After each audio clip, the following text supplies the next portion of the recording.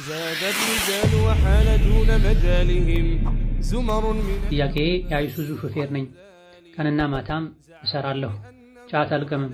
ሰው ግን ቃም ካልቃምክ ትደክማለህ ይሉኛል። ለሥራ ተብሎ መቃም ይቻላልን? አንድ ከስቡ ወይም ገንዘቡ ሐራም የሆነ ሰው ሐራምነቱ በግለሰቡ ላይ የሚሆን ነው ወይስ በሚሰጣቸው ሰዎች ላይም ይሆናል የሚል ጥያቄ ነው። ለሩቃ ጉዞ ያለ መሕረም መሄድ ይቻላል? ለጉዞስ አይን መክፈት ይቻላል? በትምህርት ዙሪያ ላይ ከሸሪዓ ጋር የሚጋጩ አርዕስቶች ጋር እንዴት አድርገን ማስተማር እንችላለን? ለምሳሌ የሰው ልጅ አፈጣጠር፣ ስለ መሬትና ስለ ፕላኔት ባሉት ጉዳዮች ላይ ከቻሉ ሙሐደራ ብትለቁልን ጥሩ ነበረ የሚል ጥያቄ ነው። ሂጃብ ስንለብስ ከጅልባባችን ላይ ቦርሳ ማድረግ ይቻላል ወይ? ኒቃብስ ስናደርግ አይናችንን መሸፈን ግዴታ ነው ወይ የሚል ጥያቄ ነው። አንዲት ሴት ሐይድ በሆነችበት ጊዜ ጥፍር ማጠንከሪያ ውሃ ከለር ጥፍር ቀለም ተቀብታ ከሐይዱ ስትታጠብ አስለቅቃው ነበረ። ከዛ በኋላ ቆይታ ጥፍሯ ላይ ትንሽ ያለቀቀ አየች። እሱን አስለቅቃ ድጋሚ መታጠብና የሰገደችውን ሶላት መድገም ይጠበቅባታል የሚል ጥያቄ ነው። فاغتنم رحمك الله حياتك النفيسة واحتفظ بأوقاتك العزيزة. بسم الله الرحمن الرحيم. الحمد لله والصلاة والسلام على خير خلق الله محمد بن عبد الله وعلى آله وأصحابه ومن والاه. اللهم لا علم لنا إلا ما علمتنا إنك أنت العليم الحكيم. رب اشرح لي صدري ويسر لي أمري واحلل عقدة من لساني يفقه قولي. اللهم أعني وسددني واجمع لي بين الصواب والثواب. أما بعد ቁጥር 285 ቁጥር 286 ከተማሪዎች ለሚመጡ ጥያቄዎች መልስ የሚሰጥበት የዛዱል መዓድ ፈታዋ ነው። ዛሬ ከምናያቸው ጥያቄዎች የመጀመሪያው አንድ ከስቡ ወይም ገንዘቡ ሐራም የሆነ ሰው ሐራምነቱ በግለሰቡ ላይ የሚሆን ነው ወይስ በሚሰጣቸው ሰዎች ላይም ይሆናል የሚል ጥያቄ ነው። ሙስሊም ከስቡን ስራውን የገቢ ምንጩን እንዲያጠራ ኢስላም ያዛል። ያ አዩሃ ሩሱሉ ኩሉ ሚነ ጠይባቲ ወዕመሉ ሷሊሓ ብሏል አላህ ተባረከ ወተዓላ። መልእክተኞች ሐላልን ንጹህ ነገር እንዲመገቡ መልካም ስራ እንዲሰሩ አዟል። መልእክተኞች እንዲሰሩት እንዲያደርጉት ያዘዘን ነገር ሁሉ አማኞችም የመልእክተኞች ተከታዮችም እንዲያደርጉ አዟል ነቢዩ ዓለይሂ ሰላቱ ወሰላም እንዳሉት። ስለዚህ ማንኛውም ሙስሊም ስራውን ማጥራት አለበት። አንድ ሰው ስራው ከስቡ ሐራም ከሆነ በስራው የሚጠየቀው በዋነኝነት እሱ ነው። እሱ ኃላፊነት ወስዶ ስራዬ ብሎ ሰርቶ ከሚያመጣው ገንዘብ ለሌላ ሰው ቢሰጥ ለመቀበል የሚገደዱበት ሁኔታ ካለ ቤተሰቦቹ፣ ልጆቹ፣ ሚስቱ ሌላ አማራጭ ከሌላቸው ከሱ ተቀብለው መጠቀም ይችላሉ። እነሱ ከሱ ወጫቸውን ሐቃቸውን የማግኘት መብት አላቸው። ለኛ ብለህ ሂድ ሰርቀህ አምጣ፣ ዘርፈህ አምጣ፣ ለኛ ብለህ ሂድ ሐራም ስራ ብለው መገፋፋት አይችሉም። ነገር ግን ስራዬ ብሎ ከሚሰራው ያገኘውን ገቢ ቤተሰቦቹ በሱ ስር የሚተዳደሩ ተቀብለው ቢበሉ የሚጠየቀው እሱ ነው። አማራጭ ካላቸው ግን መተው ይጠበቅባቸዋል። አልበላም ማለት ይጠበቅባቸዋል። በሱ ስር የሌሉ ወጪያቸውን መሸፈን ግዴታ የማይሆንበት ሰዎችም ቢሆን ጓደኞቹ፣ ራቅ ያሉ ቤተሰቦቹ ስራው ሐራም የሆነን ሰው ካንተ ምንም አንቀበልም ብለው እንዲያፍር ተጸጽቶ እንዲመለስ ማድረጉ በላጭ ነው። ከወረዕ ለዲን ከመጠንቀቅ አንጻር ስራው ሐራም የሆነ ሰው ስራው ከሐራም ጋር ንክክ ያለውን ሰው ገንዘብ መቀበል፣ ምግቡን መብላት ተገቢ አይደለም ለዲን ከመጠንቀቅ አንጻር። ወንጀሉን ግን በተመለከተ የከስቡን ሐራምነት የሥራውን ሐራምነት በተመለከተ ሂድ ለኔ ብለህ ይሄን አድርግ ብሎ ወንጀል ላይ እስካልገፋፋ ድረስ አንድ ሰው ራሱ በሚሰራው ስራ ራሱ ነው የሚጠየቅበት። ከአንዳንድ ቀደምት የእስላም ሊቃውንት እንደተነገረው ወላጆቹ የገቢ ምንጫቸው ሐራም የሆነ አንድ ልጅ በቤተሰቦቹ ስር የሚኖር ወላጆቹን ከመምከር ጋር ከስባችሁን አጥሩ ከማለት ጋር ከመምከር ጋር በስራቸው ከማፈርና ከመሸማቀቅ ጋር ሌላ አማራጭ ከሌለው ህይወቱን ለማስቀጠል ያክል ሐራም ከሆነ ገቢ ከተገኘ ወላጆቹ ከሚጠየቁበት ምግብ ያን ያክል ሳይጠግብና ደስተኛ ሳይሆን መብላትና መቅመስ እንደሚችል ተነግሯል። ሌላኛው ጥያቄ የአይሱዙ ሾፌር ነኝ። ቀንና ማታም እሰራለሁ። ጫት አልቅምም። ሰው ግን ቃም ካልቃምክ ትደክማለህ ይሉኛል። ለስራ ተብሎ መቃም ይቻላልን? አይቻልም። ይሄ እውቀት የሌለው ወይም አላህን የማይፈራ የደፋር ሰው ምክር ነው። ማንኛውም ጤናን፣ ገንዘብን፣ አእምሮን፣ ዲንን የሚጎዳ ነገር በእስላም ክልክል ነው። ጫት ገንዘብ እንደሚጎዳ፣ ኢኮኖሚን እንደሚያቃውስ፣ ጤናን እንደሚጎዳ፣ ዲን ላይ እንደሚያሰንፍ በይፋ የሚታወቅ ነው። ከዚህም በመነሳት ጫት ሐራምና የተከለከለ ነው ማለት ይቻላል። በመሰረቱ ሐራም የሆነን ነገር ለስራ ተብሎ መጠቀም አይቻልም።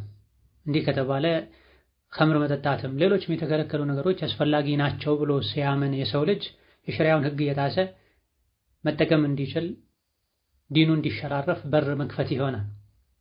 ለማንኛውም ሰው ጫትን መጠቀም ክልክል ነው። ጉዳቱ ከፍተኛ ነው።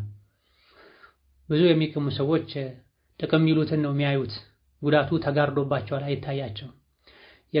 የግድ ግለሰቦች በዲን የተከለከለን ነገር ለመከልከል ጉዳቱን ማወቅም የለባቸው። ጉዳቱን ካወቅኩኝ፣ ጉዳቱ ከታየኝ፣ የጉዳቱን ምልክት ካየሁኝ ነው የምከለከለው አይባልም። ማንኛውም አላህና መልእክተኛው የከለከሉት ነገር ውስጥ ሊካተት የሚችል ክልከላ የእስላም ሊቃውንት ዑለሞች የከለከሉት ነገር ሰዎች የክልክልነቱን ምክንያት ቢያውቁም ባያውቁም ጉዳት ስላለው ነው ተብሎ ሲከለከል ጉዳቱን በራሳቸው ቢያዩትም ባያዩትም ቢያስተውሉትም ባያስተውሉትም በዲን ሐራም ነው ከተባለ መከልከል አለባቸው። ወላሁ ዓሊሙን ሐኪም። የዲን ህግጋት በሙሉ ጥበብ ላይ የተመሰረቱ ናቸው። ምክንያት አላቸው። ምክንያቱን ላናውቀውም እንችላለን። ዋነኛው ምክንያት አላህ ማዘዙ፣ አላህ መከልከሉ ነው። የአላህን ህግጋት የሚያውቁ የሚያብራሩ ዑለሞች መከልከላቸው ነው። ግዴታ ነው ብለው ማወጃቸው ማሳወቃቸው። የፈቀዱም የከለከሉም ካሉሳ እንዴት ይደረጋል? የሸሪዓ ዓላማ ይታያል። ወደ ንጹህ ተፈጥሮ ወደ ሰው ልጅ ደህንነት ጥቅም የቀረበው አስተያየት የቱን የሚለው ይታያል። ያለምንም ጥርጥር ጫት ለሰው ልጅ ጉዳት አለው። ከዚህ መታቀቡ ለሰው ልጅ ለዲኑም፣ ለዱንያውም፣ ለጤናውም፣ ለቤተሰቡም የተሻለና በላጭ ነው። ሌላኛው ጥያቄ ትምህርት ቤት ላይ መኮራረጅ ሐራም ነው ወይስ አይደለም? ሐራም ከሆነ በትምህርቱ ውጤት ስራ መስራት ሐራም ከስብ ይሆናል ወይ ቢያብራሩልኝ የሚል ጥያቄ ነው። መኮረጅ ማስኮረጅ ሁለቱም ሐራም ነው። በመልካም ነገር ተባበሩ፣ ተጋገዙ። በወንጀል አላህን በማመጽ አትተባበሩ፣ አላህን ፍሩ የሚል የቁርአን አንቀጽ አለ። ያልተማረን፣ ያልለፋን፣ ያልደከመን፣ ያልተዘጋጀን ሰው ማስኮረጅ በወንጀል መተባበር ነው። ሰነፎችን ከጠንካራና ከጎበዝ ተማሪዎች እኩል ማድረግ ነው። ይሄም አይገባም። ሐዲስ ላይም ነብዩ አለይሂ ሰላቱ ወሰላም መን ገሸ ፈለይሰ ሚና ብለዋል። ያታለለ ያጭበረበረ ከእኛ ከሙስሊሞች አይደለም ብለዋል። በርትተው አጥንተው ያልተማሩ በመኮረጅ በማታለል ሳያልፉ ያለፉ ተማሪዎች ናቸው ሀገርን የሚያወድሙት፣ የሰው ጤና ላይ የሚጫወቱት። ስለዚህ ከከባድ ወንጀሎች መሃል አንዱ ማታለል ነው። እንዲህ አይነት ነገር ያደረገ ሰው ከኛ አይደለም ከተባለ በነብዩ ሐዲስ አለይሂ ሰላቱ ወሰላም እንዲህ አይነቱን ድርጊት የፈጸመ ሰው ከባድ ወንጀል ከባኢረ ዙኑብ ውስጥ የሚካተትን ጥፋት እንዳጠፋ ነውና የሚቆጠረው። መኮረጅም ማስኮረጅም ወንጀል ነው። ሌላኛው ጥያቄ ለሩቃ ጉዞ ያለ መሕረም መሄድ ይቻላል? ለጉዞስ አይን መክፈት ይቻላል? የሚል ጥያቄ ነው። ባሉበት አካባቢ ሩቃ ከሌለ ከሩቃ ውጪ በሽታውም ሌላ አማራጭ ከሌለው መሰበርና በትዕግስት ማሳለፍ ካልተቻለ ضرورة ከሆነ ግዴታ ከሆነ ሩቃው ባሉበት አካባቢ ሩቃ ከሌለ አብሮ የሚጓዝም መሕረም ከሌለ በቂ ጥንቃቄ ከማድረግ ጋር በርካታ ፉቃሃዎች ከሐጅ ጋር በተያያዘ እንደሚሉት ጥሩ የሆኑ ጠንቃቃ የሆኑ ክብራቸው የሚጠብቁ ተጓዦችን ፈልጎ አብሮ መጓዝ ይቻላል። መቼ? ከሩቃው ውጪ አማራጭ ከሌለ ሩቃው በትክክለኛ መንገድ ተደርጎ መፍትሄ እንደሚሆን ከተገመተ መሄዱ ግዴታ ከሆነና አማራጭ ከሌለ መሄዱ ይቻላል። አضሩራቱ ቱቢሑል መሕዙራት ተብሏል። አስገዳጅ ከባድ ነገሮች በመሰረቱ የተከለከሉ ነገሮችን በልክ የተፈቀዱ የሚያደርጉባቸው ሁኔታዎች አሉ። የሞተን ነገር መብላት፣ ያልታረደን የበከተን መብላት ሐራም ነው። ህይወቱን ለማስቀጠል የሰው ልጅ ትንሽ ሊቀምስ ይችላል። ኸምር መጠጣት ሐራም ነው። የጎረሰው ነገር አንቆት አልወጣ አልወርድ ያለው ሰው የጎረሰውን ለማውረድ ያክል ብቻ ሐራሙንም ቢሆን ኸምር መጎንጨት ይቻላል። ስለዚህ ضሩራ የሆኑ ነገሮች ቢቀድር الحاجة ወሰን ሳያልፉ አንዴ በሩን ስለከፈቱ ሁሌም በዚህ ነገር መዘናጋትን በማያስከትል መልኩ ማድረጉ ይቻላል። ለጉዞ አይንን መግለጥ ይቻላል የሚለውን በተመለከተ ሴት ልጅ ኒቃብ ስታደርግ አይኗንም ጭምር መሸፈን አለባት። መግለጡ ግዴታ ከሆነ በጭራሽ አይኗን ካልገለጠች መንገድ ማይታያት ከሆነ መንገድ ለማየት የሚያስችለውን ያክል በትንሹ በቀጭኑ መግለጥ ትችላለች። አይኖቿን ሳትዋብ መዋቢያ ሳትጠቀም ከአስፈላጊው በላይ ሳትገልጥ በላጩ ባለንበት ጊዜ እንደሚደረገው መንገድ ለማየት አይን ጋር ብቻ በስሱ ከስር የሚደረግ ጨርቅን መጠቀም ነው የሚሻለው። ሌላኛው ጥያቄ በትምህርት ዙሪያ ላይ ከሸሪዓ ጋር የሚጋጩ አርስቶች ጋር እንዴት አድርገን ማስተማር እንችላለን?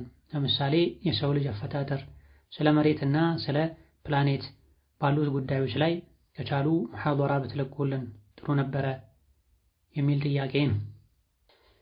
እንደዚህ አይነት ችግሮችን ለመፍታት ከሸሪዓ ጋር የሚጋጭ ነገር ውስጥ ከመግባት ለመዳን ማንኛውም አስተማሪ ቀድሞ ለራሱ የዲን ህግጋትን ሊያውቅ ቢያንስ አቂዳን መሰረታዊ የፊቅህ ነጥቦችን መረዳት ይጠበቅበታል።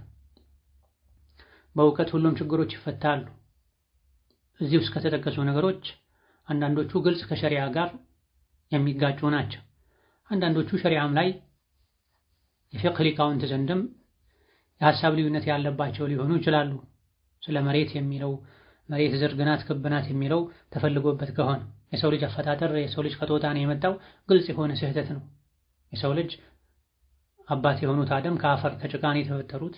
ከዛ ውጭ ያሉት ደግሞ ከአባትና ከእናት ከወንድና ከሴት የዘር ፈሳሽ ነው። አላህ በሚያውቀው መንገድ በጥበብ ማህፀን ውስጥ የሚቆየውን ያክል ጊዜ ቆይቶ የተለያዩ እርከኖችን አልፎ ነው የተፈጠረው። የተከበረውን የሰው ልጅ ከሐይዋን ከእንስሳት ነው የተገኘው ብሎ ማመን ማስተማር ኋላ ቀርነት ነው፣ ከሸሪዓም ጋር የሚጋጭ ነው። አላህ የሰውን ልጅ በምን መልኩ እንደፈጠረው ሱረቱ አልሙእሚኑን ላይ ሱረቱል ሐጅ ላይ ገልጿል። ሐዲስም ላይ ተጠቁሟል።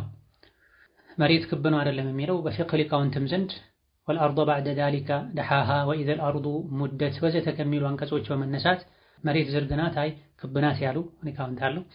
እነዚህና ሌሎችንም ለማወቅ ትክክለኛውን የሸሪዓን እይታ ማስቀመጥ የሚቻልበት አይነት መድረክ ላይ ከሆነ ትምህርት ቤት ላይ ከሆነ አቅም ያለው ሰው የሸሪዓውን ብይን እዛ ላይ ማስቀመጥ ካልሆነ መጽሐፍትን ትክክለኛ መጽሐፍትን የዕልም ባለቤቶችን አማክሮ ይዞ ቀርቦ የሙእምንን ትክክለኛ የሙስሊምን ትክክለኛ አቋም እዛ ቦታ ላይ መግለጽ ካልሆነና የትምህርት ቤቱ አስተዳደር አያያዝ የሚፈቅድ ከሆነ እንደዚህ አይነት ነጥቦች የሚብራሩበት ፕሬዝ ላይ እውቀት ያለውን ሰው ጋብዞ ማብራራት የሸሪዓ እውቀት ማነስ ያለባቸው አስተማሪዎች ኃላፊነት ስራ ሊሆን ይገባል። ይሄም ማድረግ ማይችሉበት ሁኔታ ላይ ሲኮን ደግሞ ይሄ ሳይንሱ የሚለው ነው፣ እንደ ሃይማኖት እንደ እምነት ይሄ ትክክል አይደለም፣ ትክክል ላይሆን ይችላል የሚሉ ቃላትን አስቀምጦ ማለፍ ግዴታ ይሆናል። በዘላቂነት ችግሩን ለመፍታት እያንዳንዱ አስተማሪ ራሱ ላይ የዲንን እውቀት መማር ግዴታ ሊያደርግ ራሱ ግንዛቤውን ሊያስተካክል ተማሪዎቹን እንደዚሁ ሊያንጽ ይገባል። ቀድሞ ራሱን በሸሪዓ እውቀት በማነጽ ከተቻለ ሙሐደራ ቢለቀቅ የሚለው ረጅም ጊዜ ጀምሮ የሚታሰብበት ከረጅም ጊዜ ጀምሮ እየታሰበበት ያለ ጉዳይ ነው። ለአስተማሪዎች ለጤና ባለሙያዎች ተከታታይ ምክሮች መሰጠት አለባቸው። ታስቧል። አላህ እንዲያገራ ዱዓ ማድረግ ነው። ኢንሻአላህ ተዓላ በአላህ ፈቃድ ይሳካል። ሌላኛው ጥያቄ ሂጃብ ስንለብስ ከጅልባባችን ላይ ቦርሳ ማድረግ ይቻላል ወይ? ኒቃብ ስናደርግ አይናችንን መሸፈን ግዴታ ነው ወይ የሚል ጥያቄ ነው። ሂጃብ ሲለበስ ትልቁ አንዱ ዓላማ የሴት ልጅ ሙሉ የሰውነት ቅርጿ እንዳይታይ ማድረግ ነው ዓላማው። ጅልባብ የተደነገገው ለዚህ ነው። ከጅልባብ ላይ ጃኬት ካፖርት መደረብ፣ ጅልባብ ላይ ቦርሳ በማንጠልጠል የትከሻ ቅርጽ እንዲወጣ ማድረግ አግባብ አይደለም። ሁሉም ነገር ከጅልባብ ስር መደበቅ አለበት። በተለይ አንዳንድ ቦርሳዎች ጌጥ ናቸው፣ ቅንጦት ናቸው፣ ብልጭልጭ ያላቸው ናቸው። በትክክል ቦርሳ ፈልገው ይይዛሉ። በትክክል ቦርሳ አስፈልጓቸው ሳይሆን ፋሽን ሆኖ ጌጥ ሆኖ የሚጠቀሙ ሰዎች አሉና ሁሉም ነገር ከጅልባብ ስር መሆን አለበት። ጅልባብ ላይ ምንም ነገር መደረብ የለበትም። አይን መሸፈን አለበት ወይ? አዎ፣ በመሰረቱ አይን መሸፈን አለበት። ለማየት አንድ አይንን መግለጥ ካስፈለገ እንደሚቻል ከሱሐቦች ከታቢዒዎች ተነግሯል። አሁን ላይ አይን መግለጥም አያስፈልግም። በአይን በኩል ያለውን የኒቃቡን ፓርት ስስ ጨርቅ በማድረግ አይን ሳይገለጥ ማየት ይቻላል። የእይታ ድክመት ያለባቸው ሙሉ በሙሉ ካልገለጡ መንገድ ማይታያቸው ከሆነ አደጋ ላይ የሚወድቁ ከሆነ መንገድን ለማየት አስፈላጊ የሆነውን ያክል አይናቸውን መግለጥ ይችላሉ። ነገር ግን መዋብ የለባቸውም። ተዘናክተው ካስፈላጊው በላይ አይናቸውን የአይነ ላይኛውን ቅንድባቸውን አፍንጫቸውን ሙሉ ሊባል በሚችል ደረጃ መግለጥን የሚያስከትል መሆን የለበትም። አንድ ነገር አስፈላጊ ስለሆነ ከሆነ የተፈቀደው በአስፈላጊው ያክል ብቻ መገደብ ግዴታ ነው። ማግራራት ከመስመር መውጣት አይገባም። ሌላኛው ጥያቄ አንድ ሴት ባሏን አስፈቅዳ ጓደኛዋ ለትዳር እንድትተያይ ባሏ ሳይኖር አጅነቢ ቤቷ ማስገባት ትችላለች የሚል ጥያቄ ነው። ባል ከፈቀደና የሚገባው ሰው ታማኝ ከሆነ የምትመጣዋም ሴት ታማኝ ከሆነች በትክክል ለትዳር ከሆነ የተፈላለጉትና ሁሉም አላህ የሚፈሩ ከሆነ ችግር የለው። ማይቻለው ባል ሳይፈቅድ የሚመጣውም ሰው ታማኝ ባልሆነበት ሁኔታ ላይ ነው። ባል ሲመጣ የምትታየዋ ሴት ጓደኛ ወይም የባለቤቱ ሚስት ካለች ሁሉም ታማኞች ከሆኑ የሚፈራ የሚጠረጠር ነገር ከሌለ ችግር የለውም። በላጩ ባል ቢኖር ወይም ከምትታየዋ ሴት ጋር ወንድሟ ወይም አጎቷ ወዘተ ቢኖሩ የበለጠው ደግሞ አባቷ ቢኖር የተሻለ ነው። ሌላኛው ጥያቄ አንዲት ሴት ሐይድ በሆነችበት ጊዜ ጥፍር ማጠንከሪያ ውሃ ከለር ጥፍር ቀለም ተቀብታ ከሐይድ ስትታጠብ አስለቅቃው ነበረ። ከዛ በኋላ ቆይታ ጥፍሯ ላይ ትንሽ ያለቀቀ አየች። እሱን አስለቅቃ ድጋሚ መታጠብና የሰገደችውን ሶላት መድገም ይጠበቅባታል የሚል ጥያቄ ነው። የተቀባችው ቀለም የሚጋገር ተፍቆ የሚነሳ የተለመደው ጥፍር ቀለም ከሆነ ቅርጽ ካለው ከመታጠብ በፊት ይሄን ሙሉ በሙሉ ማስወገዱ ግዴታ ነው። እንደ ሒና ያሉ ቀለም እንጂ ቅርጽ የሌላቸው ተፈቅፍቆ የሚነሳ ነገር የሌላቸው ከሆነ ችግር የለውም። ተፈቅፍቆ የሚነሳ የሚለቅ ቅርጽ ያለው አይነት ነገር ከሆነ ግን ገላን ከመታጠብ በፊት ውዱእ ከማድረግ በፊት ሙሉ በሙሉ ማስወገዱ ግዴታ ነው። ያስወገደች መስሏት ታጥባ ኋላ ላይ ያገኘች ሴት ሁኔታው ይታያል። ኋላ ላይ ድጋሚ ጥፍሯ ላይ እንደዚህ ነገር ያየች ሴት ድጋሚ ሁኔታው መታየት አለበት።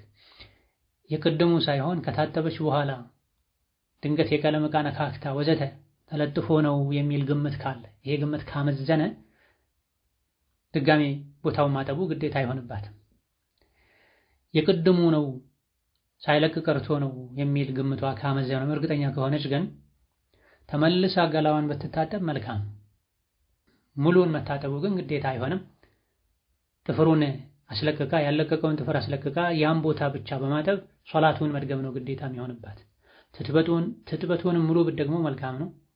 ነገር ግን ትጥበት ላይ መዋላት ግዴታ አይደለም። ልክ እንደ ውዱእ አንዴ ከጀመሩ ሙሉን በአንዴ ማጠናቀቅ ግዴታ ነው አይባልም። ዋጅብ የሆነ ትጥበትን ለመታጠብ ግማሽ አካልን የሆነ ሰዓት ላይ የሆነ ቦታ ላይ ሌላውን የሆነ ቦታ ላይ የሆነ ሰዓት ላይ ማድረግ ይቻላል። ሴቶች ፀጉራቸውን ቀድመው ታጥበው የተወሰነ ቆይተው ፀጉራቸው ላይ የሚያደርጉት ነገር ካለ የሚጠቀሙት ነገር ካለ ተጠቅመው መቆየት ያለበትን ያክል ደቂቃ ከቆዩ በኋላ ገላቸውን ቢታጠቡ ወይም ከፊት ገላቸውን ታጥበው ፀጉራቸውን ቆይተው ቢታጠቡ ችግር የለውም ማለት ነው። ገላን ለመታጠብ መዋላት አከታትሎ በአንዴ መታጠቡ ግዴታ ስላልሆነ የሆነ ጊዜ ላይ ሌላ ሰውነቷን ከታጠበች ኋላ ላይ ግን ጥፍሯ እንዳልደረሰው እርግጠኛ ከሆነች ግዴታ የሚሆነው ጥፍሩ ላይ ውሃ እንዳይገባ የሚከለክለውን ነገር አስወግዶ ያን ውሃ ያልነካውን ቦታ ማጠቡ ብቻ ነው ግዴታ የሚሆነው። ሶላቱ ሲደገማል ወይ? አዎ መድገሙ ግዴታ ነው። ነጃሳና ረፈል ሐደስ ግዴታ የሆኑት እጥበቶች ውዱእ የተለያዩ ናቸው። ልብሱ ላይ ነጃሳ ያየ ሰው በኋላ አጥቤው ሰግዳለሁ ብሎ ሳያጥበው ሰገደ፣ ከሰገደ በኋላ አስታወሰ፣ መድገም ግዴታ አይሆንበትም። ውዱእን ግዴታ ትጥበትን መሰል ነገሮችን ግን የረሳ ሰው እንደዛ አይደለም። ሁክሙ ብይኑ ይለያያልና ሶላቱን መድገሙ ግዴታ ይሆናል። ትጥበቱን ሙሉ ቢደገም መልካም፣ ካልሆነ ውሃ ያነካውን ቦታ ብቻ ውሃ እንዲነካው አድርጎ አጥቦ ሶላቱን መድገም ነው ግዴታ የሚሆነው። ሌላኛው ጥያቄ ከባለቤቴ ጋር በትዳር 5 ዓመት ሆኖናል። 2 ልጆችም አሉን። ባለቤቴ መኝታ ላይ ችግር አለበት። እንዲታከም በነግረውም ችላ ብሎታል። ወደ መኝታ ሲጠራኝ ደስተኛ አልሆንም። ብዙ ጊዜ እምቢ እለዋለሁ። እሱ ችግር ያለበት እምቢ ስለምለው ወንጀለኛ እሆናለሁኝ። ፍች ብጠይቅስ ሐራም ይሆንብኛል? በዚህ የተነሳ ብዙ ጊዜ እንጣላለን የሚል ጥያቄ ነው። በመሰረቱ ሴት ልጅ ባሏ ወደ አልጋ ሲጠራት ፈጥና መልስ መስጠት አለባት። የተጣደ ነገር ይዛው እንኳ ቢሆን ምድጃ ላይ እንኳ ብትሆን ባሏን ፈጥና ታስተናግድ ተብሏል። አቡ ሁረይራ በዘገቡት ሐዲስም ነብዩ አለይሂ ሰላቱ ወሰላም ባል ሚስቱን ወደ ፍራሹ ወደ አልጋው ጠርቶ እምቢ ካለች ተቆጥቶ ካደረ ባሏ መላእክቶች ይረግሟታል እስኪነጋ ድረስ፣ አላህ ይቆጣታል ተብሏል። ባል በፈለገው ጊዜ ሚስቱን ማግኘት አለበት። ሚስትም ባሏ በጠራት ጊዜ አቤት ማለት አለባት፣ ጉዳት እስካላስከተለባት ድረስ ወይም ከሸሪዓ ግዴታዎች እስካልተጋጨባት ድረስ። ጉዳት የሚያስከትልባት ከሆነ ከሸሪዓ ግዴታዎች ጋር የሚጋጭባት ከሆነ ሁለቱን አብራ ማስኬድ ካልቻለች ይሄኔ ከሸሪዓው ጋር የሚጋጭ ጥሪን በሚያቀርብበት ጊዜ አይ ማለት ትችላለች። ፈርድ ጾም ጾማ በቀኑ ክፍለ ጊዜ ጾሟን ቢያስፈርስ አይችልም። ሀይድ ላይ ሆና ለግብረ ስጋ ግንኙነት ከዛ በታች ላለ ጨዋታ ከሆነ ግዴታ ነው። ለግብረ ስጋ ግንኙነት ጥሪ ቢያቀርብ አይቻልም። ህመም ካለባት ማስገደድ አይችልም፣ እሷ የፈቀደችውን ያክል ካልሆነ በስተቀር። ወከዛሊክ ባልም የሚስቱን ስሜት መረዳትና ተፈጥሯዊ ፍላጎቷን ማሟላት ግዴታው ነው። ከትልልቅ ሚስት ባሏ ላይ ካሏት ሐቆች አንዱ የአልጋ ሐቅ ነው።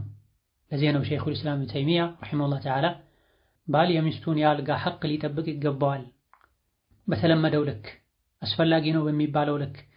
ከትልልቅ ሐቆቿ መሃል አንዱ ይህ ነው፣ ምናልባትም ከምግብና ከመጠጥም በላይ ብላ ወደ ሐራም እንዳትሄድ፣ ሌላ ወንድ እንዳታይ፣ ተፈጥሯዊ ፍላጎቷን ባል በሚችለው ያክል በተለመደው ማዕቁል በሆነው ልክ ባል የሚስቱን ሐቅ መጠበቅ አለበት። ይሄን እንዳያሟላ የሚከለክለው ነገር ካለ ችግሩን ማከም ማስወገድ የሱ ግዴታ ነው።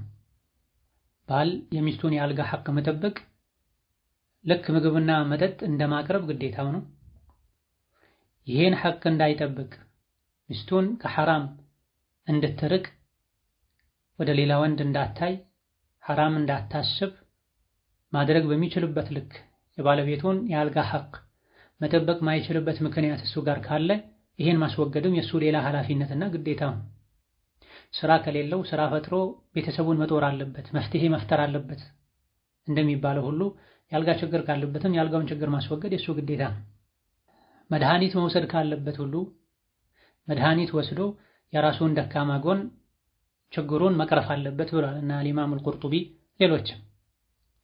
ይሄን ለማድረግ እሱ ዝግጁ ካልሆነ ደግማ ደጋግማ ሐቋን ከጠየቀች ወይም ደግሞ ታክሞ ካልዳነ መጠበቅ ያለባትን ጊዜ ጠብቃ ችግሩ ማይቀረፍ ከሆነ ፍቺ መጠየቅ አሁን ትችላለች። መሰበሩ ግን በላጭ ነው። ከቻለች ትዳር ዓላማው የአልጋ ቆይታ ብቻ አይደለም። 2 ልጆችን አላህ ሰጥቶኛል፣ በዚህ ምክንያት ከትዳር ተፈትቼ በዚህ ምክንያት ንካሄን አውርጄ ከዛ በኋላ የሚሆነውን አላውቅም፣ ያለ ባል ከመኖር በባል ስር ተሰትሬ መኖሬ የተሻለ ነው፣ ችግሩንም አላህ ወደፊት ሊፈታው ይችላል ብሎ መሰበሩ ዱዓ ማድረጉ በላጭ ይሆናል። እሱም ቢሆን ሳያውቅ የጤና ባለሙያ አማክሮ እሱም በማይጎዳ መልኩ ሴት ማድረግ የምችለው ሕክምና ካለ በመድኃኒት መልኩ የሚወሰድ ነገር ካለ የራሷን አካሄዱ መሄድ ትችላለች፣ ጉዳት ከሌለው አዋቂን አማክራ። ይህ ሁሉ ተደርጎ መፍትሄ ከሌለ እሷ ሌላ ተጨማሪ ልጆችን ፈልጋለሁኝ የአልጋ ሐቄም እንዲጠበቅ ፈልጋለሁኝ ካለች በዚህ ፍቺ መጠየቅ ይቻላልና ይሻላል። ሁለቱ ግን የተለያዩ ናቸው። በየጊዜው ወደ አልጋ ሲጠራ እምቢ ማለቱም ይቻላል ወይ? ጉዳት ካለው አሁን ይቻላል። የወንድም ይሁን የሴት የዘር ፈሳሽ መውጣት ያለበት ሆኖ ተንቀሳቅሶ ሊወጣ ብሎ መልሶ አለመውጣቱ ጉዳት እንዳለው ተነግሯል። ሌላም የስነ ልቦና ጉዳትን ችግርን የሚያስከትል መሆኑ ከተረጋገጠ ግልጽ የሆነ ጉዳት ካስተዋለች ይህን ችግር አስወግድና የኔም ያንተም ሐቅ የሚጠበቅበት መሆን አለበት የአልጋ ቆይታችን በሚል ከሆነ አይ ማለቱ ወንጀል አይሆንም።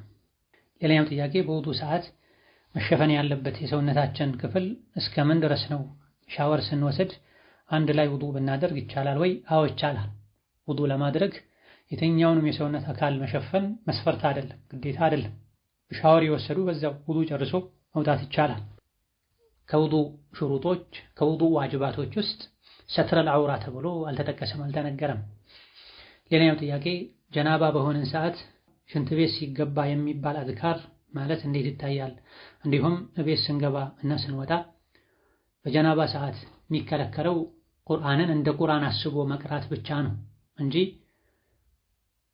የጠዋትና ማታ ዚክሮችን የመኝታ ዚክሮችን ቤት ሲገባ ወደ መጸዳጃ ቤት ሲገባ ሲወጣ ወዘተ የሚባሉ አዝካሮችን ሁሉ ጀናባ ላይ ባሉበት ጊዜ ማለት አይከለከልም።